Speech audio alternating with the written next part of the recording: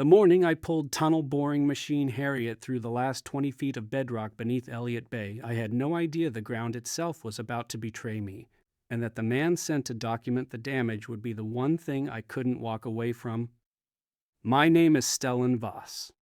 I'm 31 years old. I run a 280-ton drill through the guts of Seattle, like some people run spreadsheets, and I have not cried in front of another person since I was 19.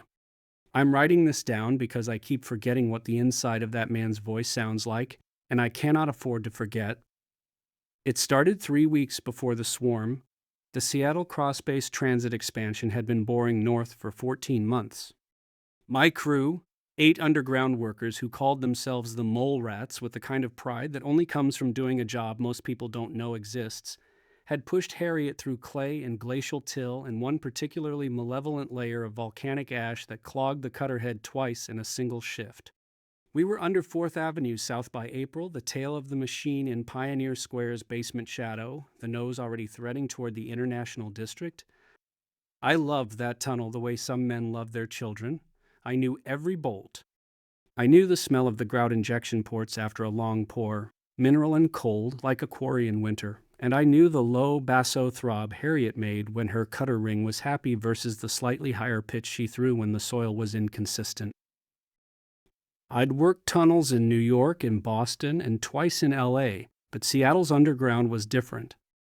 It had moods. What I did not love, not initially, was outside interference, which is exactly what showed up on a Wednesday in the form of Caspian Yew. He came down the access shaft at 6:45 a.m., 15 minutes before my shift briefing, wearing a hard hat that was clearly too new and carrying a case of monitoring equipment that was very clearly not new, scuffed aluminum, stickers from USGS field stations, a crack in one corner sealed with silver tape. He was maybe 29. He had the look of someone who spent a lot of time outside in variable weather, slightly wind-chapped along the jaw, a tan line that ended where his collar began, dark eyes that moved around the tunnel with the careful, cataloging attention of a person who understood that the ground was not passive. That the ground was a system. I disliked him immediately, the way you sometimes dislike people whose competence is obvious before they've opened their mouth, because it removes the comfortable assumption that you're the smartest person in the room. Stellan Voss, he said. His voice was lower than I'd expected, unhurried. Like someone who had learned at some point that raising your voice underground was how you panic people. That's me. Caspian Yew, Pacific Seismic Monitoring. The city contracted my firm to do independent ground motion analysis on the corridor. He paused, glancing down at the equipment case, specifically around the Pioneer Square segment. USGS clocked a 2.1 mag at 14 kilometers depth 2 nights ago. Probably nothing. But the fault geometry in this section is complicated and we want independent sensor confirmation before the project team writes it off. I read the USGS report, I said. It flagged it as a microseismic release consistent with the stress redistribution we'd expect from our excavation. Normal. Yes, Caspian said. He looked at me steadily. That's one interpretation. That was it. That was the whole sentence. He didn't argue, didn't flinch, didn't fill the silence with reassurance.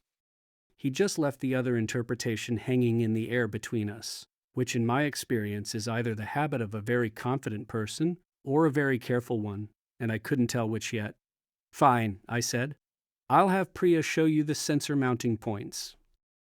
He nodded, picked up his case, and followed Priya Nair, my deputy operations lead, toward the tail end of the machine without once looking back at me. I watched him walk away. I don't know why. Here's what you need to understand about working underground, because this matters later. Proximity is different down there. On the surface, you can maintain the social fiction of distance. You can be in the same room as someone and still feel separate, still have the buffer of ambient noise and open air and the option to walk away in several directions. Underground, in a tunnel, there is one direction, forward or back. The walls are 4 feet from your shoulders on each side. The ceiling, at the boring face, is barely a foot above your helmet. You breathe the same recirculated air. You hear the same sounds. When the ground shifts, even a little, Even just the standard settlement of cut material behind the shield, you feel it in your sternum before you hear it. What I'm saying is, you learn people fast down there. By the end of the first week, I knew that Caspian Yew ate the same. Lunch every day, 2 granola bars, an apple he never finished, a thermos of something that smelled like black coffee with cardamom, that he never used his phone underground except once when he stepped out to make a call he took at the base of the access ladder, speaking in a low voice I couldn't hear, and that when he found something interesting in his data, he made a small sound, not a word, just a breath, a kind of concentrated exhale, that I started listening for without meaning to. I also knew by the 5th day that he was good. Very good. He had placed his sensors in a pattern I didn't initially understand, a slightly asymmetric grid that seemed to skew east, and when I asked him about it, he pulled up a fault map on his tablet and showed me the subsurface geometry of the Seattle fault zone beneath the corridor, a feature called a splay fault that the project's original geotechnical report had modeled but not, in his opinion, adequately weighted. The splay hasn't moved in 800 years, I said. The main strand of the Seattle fault hasn't moved in 1100 years, he said. Doesn't mean it won't. That's not a reason to... It's not a reason to stop, it's a reason to know what you'd be looking at if it did. I looked at the fault map for a long moment. The splay ran northeast under the corridor, directly beneath the segment we were actively boring. What would it look like, I said, if it moved? Foreshock sequence. Small events getting marginally larger, tightening in time. They'd look like excavation-induced microseismics. That's the problem. They'd be easy to misread. Have you seen a foreshock sequence before? He looked at me for a moment before answering. Yes, he said once. He didn't explain. I didn't ask. Not then. Wait, because the thing that happened in the second week, I still don't fully understand how it started. My crew had a tradition. Every Friday afternoon after the shift change, we ordered Vietnamese food from a place on Jackson Street that delivered to the job trailer above ground. We ate in the trailer, which was cramped and smelled of hydraulic fluid and stale coffee, and we talked about everything except the tunnel. It was a ritual of decompression that I'd maintained across every job I'd worked. On the second Friday, Priya invited Caspian without asking me. He came. He sat at the end of the folding table with his coffee thermos and a bag of spring rolls, and I watched him carefully, I admit it. He was good at this too, talking to people. He listened more than he spoke, but when he spoke it was specific. He asked Odell Washington, our cutterhead technician, a detailed question about bearing replacement under live load that opened into a 20-minute conversation that I mostly followed and that clearly delighted Odell. He asked Anna Reyes about the soil stratification in the corridor's southern section in a way that made her pull out her logbooks at the lunch table, which Anna never did for anyone.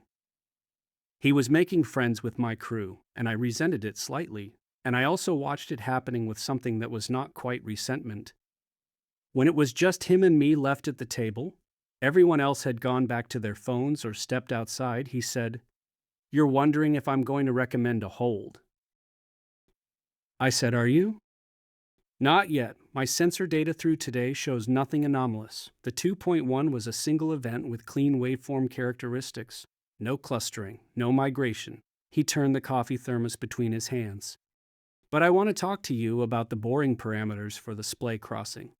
There's a zone, about 40 meters, where I'd like to see the advance rate reduced and ground pressure monitored at higher frequency. That adds 2 weeks to the schedule. I know. The city will push back. I know. And you're recommending it anyway." He looked at me. Outside, someone had started an engine. The trailer vibrated faintly. "Yes," he said. I sat there for a moment. Then I said, "Send me the parameters. I'll look at them tonight." He looked slightly surprised, like he'd been prepared for an argument. "Okay," he said. "For the record," I said, standing up, "I think you're being cautious beyond what the data requires. But you're not wrong to be cautious, and that's..." I stopped. I respect it. It was not the most graceful sentence I've ever said. But he smiled then for the first time, and it was a real one. The kind that changes someone's whole face, that makes you suddenly aware of how guarded their resting expression is by comparison. "Thank you," he said. I went home and read his parameter document for 2 hours. Don't go anywhere, because what happened on day 11 is the part people always want to know about, and it is not what you'd expect. There is a thing that happens sometimes when you work in a place long enough. You stop seeing it. The tunnel becomes background. The sounds become furniture. You stop noticing the cold, the weight of the air, the specific quality of the darkness beyond your lights. And then something shifts, and you see it again. All of it, suddenly and with total clarity. It happened to me at 11:14 p.m. on the 11th day of Caspian's monitoring deployment. I was running a night maintenance check on Harriet's mixed shield tail seals, a fiddly backbreaking job that I sometimes did myself because I didn't trust it to anyone who'd been awake since 6. I was on my back on the tunnel floor, arm inside a seal housing, when I heard it. A sound that was not mechanical, a deep, low resonance that I felt in my spine before I heard it with my ears. It lasted maybe 2 seconds, then stopped. I lay still for a moment. Then I got up and walked to the nearest sensor panel. Caspian picked up on the second ring. "I'm at the base of the shaft," he said. He was already there. His voice was steady, but faster than usual. My laptop alerted. "I'm looking at the waveform now. Stellan." No one on the job called me by my first name except Priya. I noticed it immediately. "I heard it," I said. 2 seconds, low frequency, felt like it came from the northeast. "That's consistent with what I'm seeing. 2.4 magnitude, preliminary, but the waveform characteristics." He paused, and I heard him breathing, heard the click of keys. "It's not clean. There's a coda. I'm seeing a longer tail than I'd expect for an isolated event." What does that mean? It might mean nothing. It might mean the splay. The tunnel was very quiet around me. I was aware of every inch of rock above my head. "How long to know?" I said. "If it's an isolated event, my seismicity will return to background within an hour." "If it's the start of a sequence?" He stopped. "If it's the start of a sequence," I said, "the next event would follow within 90 minutes, probably larger." I made the decision before I'd finished the thought. "I'm pulling my night crew out. We'll make a call in 90 minutes. "Okay," he said. "I'll be at the trailer." The 90 minutes were the longest of my career. I stood at the entrance to the trailer and drank 2 cups of coffee that I don't remember the taste of and watched the eastern hills of Seattle through the rain, the lights of Capitol Hill blurring in the wet, and thought about Harriet sitting alone in the dark 200 feet below me, and thought about the 8 people I'd sent home, and thought about the 40 meters of splay fault we hadn't crossed yet. I thought about the 2001 Nisqually earthquake and what a 6.8 magnitude event had done to Pioneer Square's unreinforced masonry buildings, and I thought about the specific silence that exists underground right before a structure fails. A silence that every tunnel worker knows and that none of us ever talks about because naming it makes it more real. I thought about Caspian Yew and his 2 years of foreshock data and the sensor he'd placed at an asymmetric angle because he understood something about the fault geometry that the project's original report had not adequately weighted. And I thought, this is what it means to be in the right place at the right time. Not luck, someone paying attention. At 12:41 a.m., exactly 87 minutes after the first event, my phone rang. "Magnitude 2.7, Caspian said. "Northeast migration confirmed. The sequence is real." I called the project director, then the city's emergency engineering line, then the structural safety officer. By 1 a.m., we had an official work stoppage on the corridor.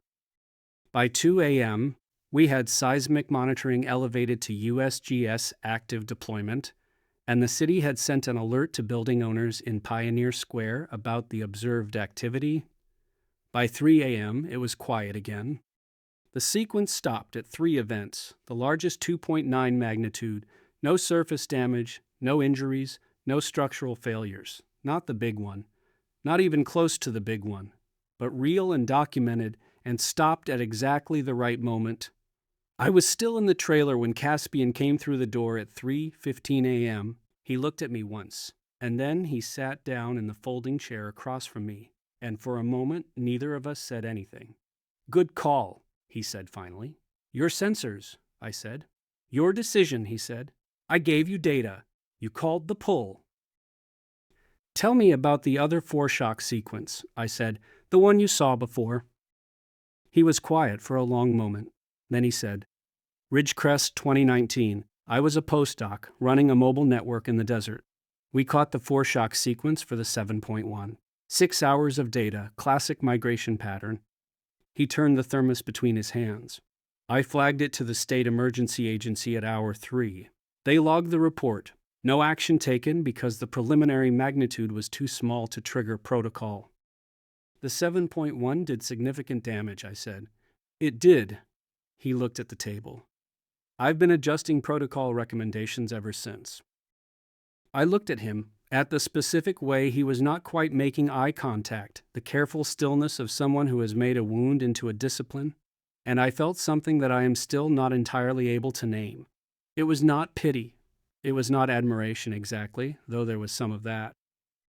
It was more like recognition, the particular recognition of someone who has also turned a catastrophe they could not prevent into a reason to be more precise the next time. "You adjusted the protocol," I said. "You placed the sensors in that asymmetric grid because of what you learned from Ridgecrest." "Yes." "And that grid caught the splay fault behavior." "Yes." "Then Ridgecrest worked," I said. "Not the way you wanted it to, but it worked." He looked up at me. Here's the part I haven't told many people. He didn't say anything for a long moment. Then he said, very quietly, "That's a genuinely kind thing to say." "I'm not kind," I said. "I'm precise." He looked at me with an expression I'd never seen on a coworker's face before, something careful and wondering and a little cautious, and said, "Are those mutually exclusive?" I did not know what to say to that, so I did not say anything. At 4:10 a.m., we walked out of the trailer together into a Seattle night that had gone from rain to the particular after-rain clarity you get in April. The city lights doubled on the wet streets, the sound of a single car on 4th Avenue somewhere to the north, the smell of the sound blowing in from the west. We stood on the muddy job site gravel, both of us too awake to leave, and Caspian looked up at the buildings around Pioneer Square. The old brick facades, the cast iron columns, the sleeping city that didn't know how close it had come to a bad morning, and he said, "Do you always take the night maintenance shift yourself?" "Usually," I said. "Why?" I thought about it. "Because if something's going to fail," I said, "I want to be the one who finds it." He nodded slowly. "That's why you pulled the crew instead of waiting for my call," he said. "You weren't waiting for permission. I was waiting for your data." "There's a difference." "Yes," I said, "there is." We stood there in the April dark for another few minutes. At some point, I can't tell you exactly when it happened, we were standing close enough that our shoulders were almost touching, which is not a thing that happens by accident when you're standing in an empty parking area the size of a football field. "Can I ask you something?" he said. "Yes." "Do you like this city?" It was not the question I'd expected. "Yes," I said after a moment. "I didn't think I would. I've worked bigger cities. But Seattle is—" I tried to think of the right word. "It's built on contested ground. The whole city, the whole geology, it knows it's provisional. I find that honest." He was quiet for a moment. Then, "I moved here because of the fault," he said.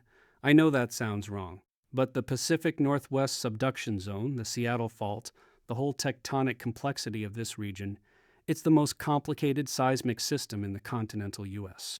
I wanted to be in the middle of it, not to predict it exactly, more to," he paused, "to be present for it, to be paying attention." "To be the one who finds it," I said. He looked at me. "Yes," he said, "exactly." "You think you know where this is going. I'm telling you, you don't." The work stoppage lasted 4 days. The USGS confirmed that the 3-event sequence was stress redistribution along the splay fault consistent with excavation-induced loading and that it had resolved. Not a precursor sequence, not a foreshock signature for anything larger. The ground had spoken, we had listened, and it had said, "Not today." When the all-clear came through, I called a crew briefing. I showed them the waveform data, Caspian sensor deployment map, the migration pattern. I showed them what a foreshock sequence looks like versus an isolated event and what that difference meant for protocol. I told them that the decision to pull out of the tunnel was made based on data that one person had insisted on collecting despite the original project assessment not requiring it, and that this was the only reason we were all standing there having a non-emergency briefing rather than dealing with the consequences of a surface-level event in a historic district. Odell nodded slowly and said, "The seismologist." "The seismologist," I said. Priya looked at me with an expression that I know well and chose to ignore. Caspian was standing to one side, near the door, looking at the floor. When I caught his eye, he gave a very small shake of his head, like he was uncomfortable with the attention. I looked away. We restarted the bore. New parameters, 30% reduced advance rate through the splay crossing zone, ground pressure monitoring at triple the previous frequency, Caspian sensors running continuously. The 40 meters took 3 weeks instead of 2. 3 weeks of the low, steady vibration of Harriet eating through rock, the smell of grout and damp soil, the amber lights of the boring face making everything look like early morning no matter what time of day it was. Caspian was underground for most of those 3 weeks. We started eating lunch at the same time without discussing it. I started knowing his schedule, when he was downloading data, when he was running analysis, when he was in the zone where interruptions were unwelcome. Without asking, he started knowing mine. He knew without being told that the 20 minutes after a seal inspection when I was still holding the feel of the machine in my hands was not the time to discuss schedule impacts. We were, I think, learning each other the way you learn a place underground, by feel, by what wasn't said, by attention. On the last day of the splay crossing, Harriet pulling through the 43rd meter, the cutter head turning sweet and clean, incompetent till, ground pressure nominal, sensors showing nothing anomalous. I let the machine settle into her rhythm and walked back to where Caspian was sitting with his tablet, and I said, "We're through it." He looked up at the machines, then at me. "Clean?" he said. "Clean." He closed his eyes for a moment, just for a moment, and I saw on his face the exact thing I had felt the first time I'd navigated a machine out the far end of a difficult segment. The specific relief of a person who has been holding their breath for a very long time and finally, cautiously, allows themselves to stop. "Are you okay?" I said. He opened his eyes. "I keep being," he said, which was not quite an answer, and I recognized it immediately as such. "Me too," I said. Neither of us moved for a moment. Then I said, "There's a place near the waterfront. Opens at 5. Good coffee, views of the sound from the bench tables. I've been going there on the walk to the first shift for the last 6 months." Caspian looked at me with the careful, attentive look I had learned to read as him processing something he hadn't expected. "That's a very specific invitation," he said. "I'm a precise person," I said. "I know," he said. He looked back at the boring face, at Harriet turning through the last of the splay zone. "What time does your shift end?" 6. "I have a data download at 6, he said. 6:45. "I'll be at the waterfront at 7, I said. "I know what you're waiting for. But I want to tell you what happened at 7 first, because it mattered more. The place near the waterfront, it doesn't have a name on the sign, just an address plaque and a hand-lettered coffee menu, is on a wooden pier that predates the Alaskan Way work. The bench tables face west, out over Elliott Bay, and on a clear morning you can see the Olympics behind the water, the snow on their peaks catching whatever light is coming, and the ferries going back and forth to Bainbridge with their careful predictability. And if you sit there long enough and are very quiet, you can feel the whole Pacific Rim tectonic complexity just there, under everything, patient and enormous." Caspian was 3 minutes late. He came down the pier with his hands in his jacket pockets and his hair damp from the rain that had started again, and he sat down across from me and looked at the Olympics for a long moment before saying anything. "I've never been here," he said. "I know," I said. "You would have mentioned it." He looked at me. There was that smile again, the real one, the one that changed his whole face. You pay attention, he said. I have to, I said, for the job. Is that the only reason? I looked at him. The ferry was crossing in the middle distance, its running lights clean in the gray morning. No, I said, it's not the only reason. We drank our coffee. We talked. About the tunnel eventually, but first about the city, about what Seattle does to people who move there for something specific and find themselves staying for something they didn't expect. He'd moved there for the fault and stayed because of the mountains, he said. The way you can be in the middle of a major American city and still see, on clear days, a ring of active volcanoes and a coastal range and a tectonic landscape that makes no pretense of permanence. I told him about the first time I'd stood at the boring face of the Alaskan Way Tunnel, years before this project, in the original deep bore, and felt the weight of the sound directly above me. All that water, the entire depth of Elliott Bay, pressing down through the rock and into the machine, and not felt afraid. Felt held. Like it knew you were there, he said. Exactly like that, I said. He was watching me with the look I'd come to know over those weeks underground. Not the professional attention. That was different, sharper, more systematic. This was the other kind. The kind that makes you aware of your own hands on the table. I need to tell you something, he said. All right, I said. I asked for this project, he said. When the USGS flagged the 2.1, my firm had 3 people who could have taken the assignment. I asked for it. I'd read about the TBM operator on the Crossbase project in a trade journal. There was a profile about your work on the Boston extension. He paused. You have a reputation for being difficult about independent oversight. I have a reputation for being precise about independent oversight, I said. Yes, he said. Yeah. He looked at his coffee. I wanted to meet someone who understood what it means to be responsible for the ground. Most people I talk to, even engineers, even contractors, they treat the earth as an obstacle. You treat it as a system. So do you, I said. So do I. He looked up. I'm telling you this because I don't want you to think the last 6 weeks were incidental. They weren't for me. I sat with that for a moment. The ferry horn sounded somewhere across the water, low and certain. Caspian, I said. I pulled a 280-ton machine out of a live bore at midnight because I trusted your data before you'd finished processing it. I have not done that for anyone in 14 years of tunnel work. He went very still. That wasn't incidental, I said, for me either. The morning was coming in off the sound, cold and clear and salt-edged, and the light on the mountains behind the water was the particular pink gold of a Pacific Northwest dawn that I had not previously noticed was beautiful, or perhaps had noticed and not allowed myself to sit still with. Across the table, Caspian Yew, who had moved to this city for a fault line and placed his sensors at an asymmetric angle, and said that's one interpretation to me in the dark of a bore tunnel the first morning I met him, reached across the table and put his hand over mine, once, briefly, the way you do something that is not uncertain but is still careful. 7 a.m. is going to be a better hour for me from now on, he said. The project runs another 11 months, I said. I know, he said. He didn't move his hand. The splay crossing isn't the only complicated section. No, I said, it isn't. Here is what the camera at the pier entrance, the one the Waterfront Maintenance Authority installed after a theft incident 3 years ago, would have recorded at 7:54 a.m. on the 23rd of April. 2 men at the corner bench table facing the water. One taller in a work jacket that has seen several tunnels, turning a coffee cup slowly in his hands.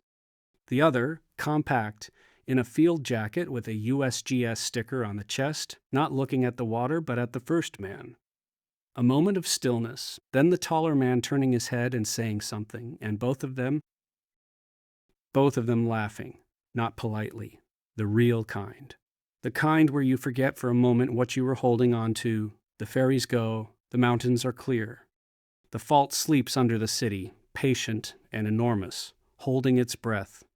And in the tunnel below 4th Avenue South, 200 feet down in the dark, Harriet waits. She's not going anywhere. Neither are we.